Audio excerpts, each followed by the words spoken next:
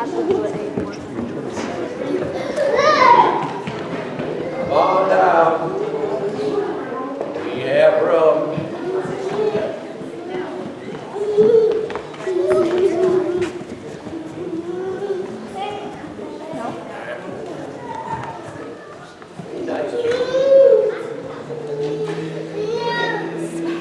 Okay.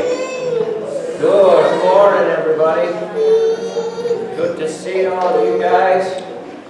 You know, I wonder what would happen if sometime we had so many children here, there wouldn't be room enough for everybody. There would be more room? How? Oh, we could go back there. Okay. Or we could go out here. You know, I bet that if we ever got to that point where we had too many to be here, we'd figure out a way, because we'll always make room for somebody else, for one more, right? Because that's what the church is about. That's what Jesus was all about. Make room for everyone at the table, right? Everybody. Everybody's welcome here, right? And everybody's welcome at God's table, isn't it? Now, you know, we have some tables here at our church that we use really regularly. How many of you know that twice a week we have people come from all over our town, and some even from other towns, to have a meal? Twice a week, Tuesday and Thursday nights. How many of you know that? Did you know that, Alphonse? I bet you did. No? Okay. Well, that's something that our church does with help from other people. We have a meal twice a week for supper. And usually about 50 or 60 people come here and they eat here.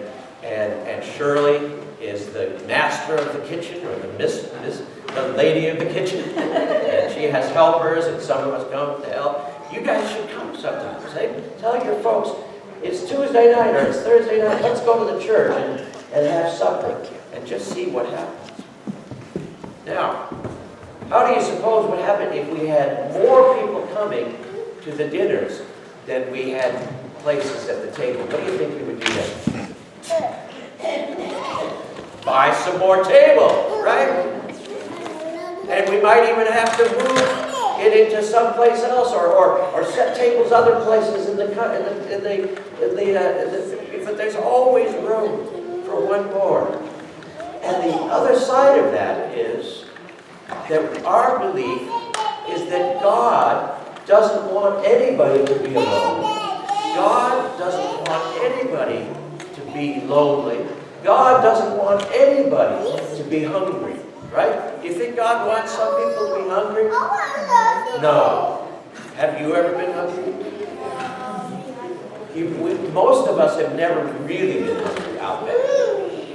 But maybe some of us have been so hungry that we just didn't know if we had any more strength to do anything. God doesn't want anybody to go hungry.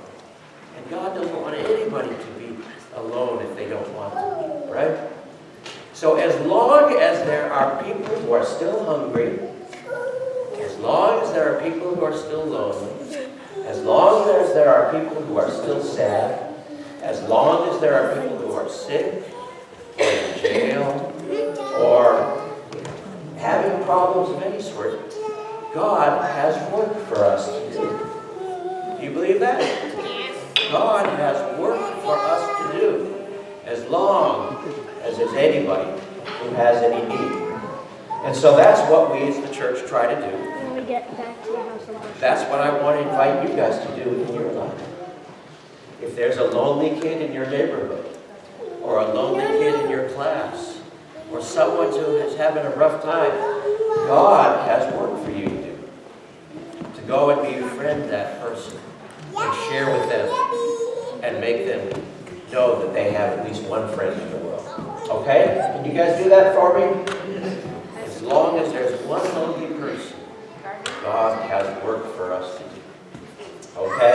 Well, yes, sir. Sometimes when you see, well, sometimes when you eat a lot, you can't move. That means, you know what? That means that you have enough food.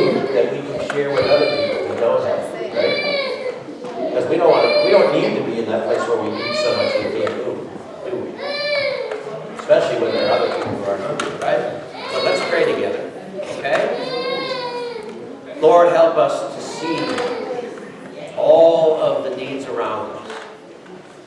Help us to understand that when we see someone who's hurting, someone who's sad, someone who's hungry, you have sent us into that person's life for a reason, and we have work to do. You want to use us to feed hungry people, to comfort lonely people, to share our love in the same way you've shared your love with us. Help us to always be out, our eyes wide open, looking for ways that we can be of service to you and to the world around us. In Jesus' name. Amen. Amen. Okay, we'll see you all guys later. Have fun at Sunday school.